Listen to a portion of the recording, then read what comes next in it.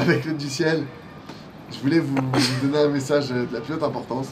Alors il y en a qui sont déjà au courant de cette information, mais il faut savoir que là on est en train de vivre un moment qui est unique. Quand je dis unique, je vous parle maintenant la période qui vient de démarrer depuis le jeûne d'Esther, à savoir aujourd'hui mercredi, demain jeudi et vendredi, ces 3 journées-là, ces 3 journées en fait qui sont exceptionnelles dans le sens où ce sont les journées les plus élevées de toute l'année pour pouvoir faire des prières. Nos maîtres ils enseignent que Purim, c'est encore plus élevé que Kippour, c'est encore plus élevé que Dalai Ouman, c'est encore plus élevé que toute chose que vous pouvez me sortir, plus que Shabbat, plus que Yom Tov, plus que tout. Évidemment, ça ne veut pas dire qu'on ne doit pas faire le reste, d'accord? Mais ce que je veux dire par là, c'est que là maintenant, mes amis, on a une vraie opportunité d'avoir les portes du ciel ouvertes devant nos prières. C'est un moment où toutes les prières que vous allez faire, elles vont passer. Pourquoi? Parce que nous sommes dans une dimension qui s'appelle Kol HaPoshet Yad Notnim Lo. C'est écrit qu'à Purim, c'est une halakha. Tout celui qui tend la main, on doit lui donner de la tzedaka. Tout celui qui tend, on ne doit pas regarder s'il mérite ou pas. De la même manière, Hachem, quand nous on prie pendant cette période-là, il ne regarde pas si on est méritant ou pas. Là, il y a 3 jours. Je sais que, par exemple, chez Ravarouche, dans la Shiva du Ravarouche, ils ont l'habitude de faire ces 3 journées-là, donc mercredi, jeudi et vendredi, 6 heures d'Itbo des doutes. De faire 6 heures d'affilée d'Itbo des doutes, vous pouvez prendre plein de sujets. J'ai demandé ce matin justement au Ravarouche s'il fallait se concentrer plus sur quelque chose qu'en particulier. Il m'a dit, il faut prier sur tout, on a besoin de tout.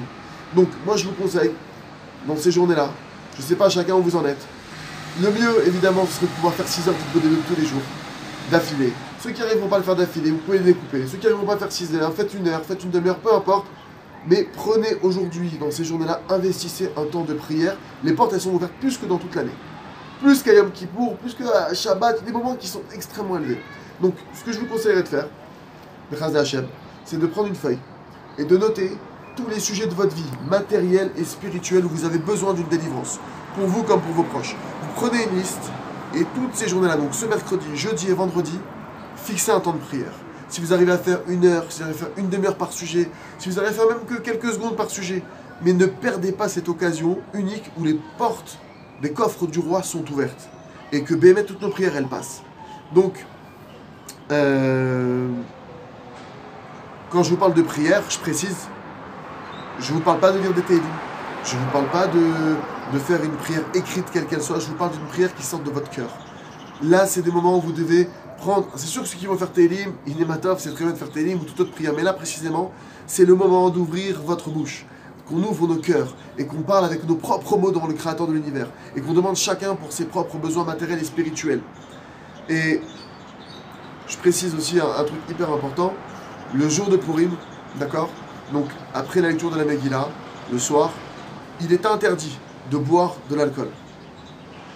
L'obligation de boire du vin, c'est pendant le Mishté, mais précisément pourquoi? Parce que celui qui va boire de l'alcool, il risque de louper énormément de halachot, de ne pas pouvoir prier le soir, de peut-être pas se lever le matin, mais surtout l'essentiel, il va louper ce moment unique de prière. Le jour de la Megillah de Purim le soir, essayez de vous coucher le plus tôt possible, pour vous lever le plus tôt possible. Soit vous vous couchez très tôt, pour vous lever très tôt, ou soit vous essayez de veiller, d'accord, sans louper la prière du matin, etc., sans louper les mitzvot du lendemain, mais de veiller un maximum pour pouvoir utiliser ce moment incroyable en prière.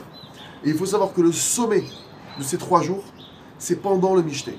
Pendant le moment où on va faire le festin, où on va boire du vin, d'accord? Pendant ce moment-là, homme, femme, enfant, ce moment-là précisément, c'est le moment où on va pouvoir avoir, c'est le pic de sommet de l'acceptation de nos prières. C'est un moment qui est extrêmement favorable.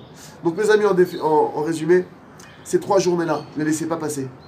Elles sont extraordinaires pour chacun d'entre nous. On a tous un statut de Kohen Gadol aux yeux d'Hachem. On a tous un statut de tzaddik. Tout ce qu'on décrète, ça passe. Tout ce que vous allez dire à Hachem, c'est considéré comme un décret que Dieu va accomplir.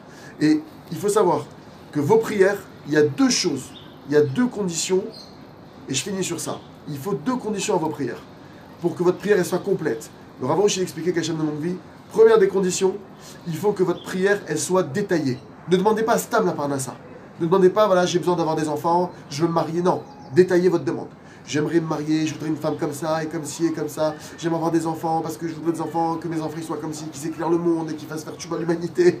Et que mes enfants ils aient la émouna, et que mes enfants. Vous faites une prière détaillée. Vous demandez la parnassa de manière détaillée. Qu'est-ce que vous voulez précisément? Donc ça s'appelle déjà, c'est la première partie d'une prière complète. Détaillez votre demande. Ne demandez pas en général. D'accord? Donc pensez au moindre détail de ce que vous voulez. Et deuxième chose, quand vous demandez, vous devez avoir la foi que Dieu il veut vous donner. Votre prière, elle va être juste selon votre foi. Celui qui n'a pas la foi que Dieu veut lui donner, sa prière elle n'est pas complète. Et l'ustensile qui va crier, qui va crier avec sa prière, c'est un ustensile qui ne va pas être complet. Donc il ne va pas servir à recevoir. Donc, priez de manière détaillée et priez avec rempli de cette foi que Dieu il veut vous donner, qu'il veut nous donner. Alors je vous souhaite à tous un Purim Sameach et je vous souhaite vraiment que chacun d'entre nous, je vous souhaite à chacun de recevoir toutes les délivrances dont on a besoin. Chazak, Venit Chazak.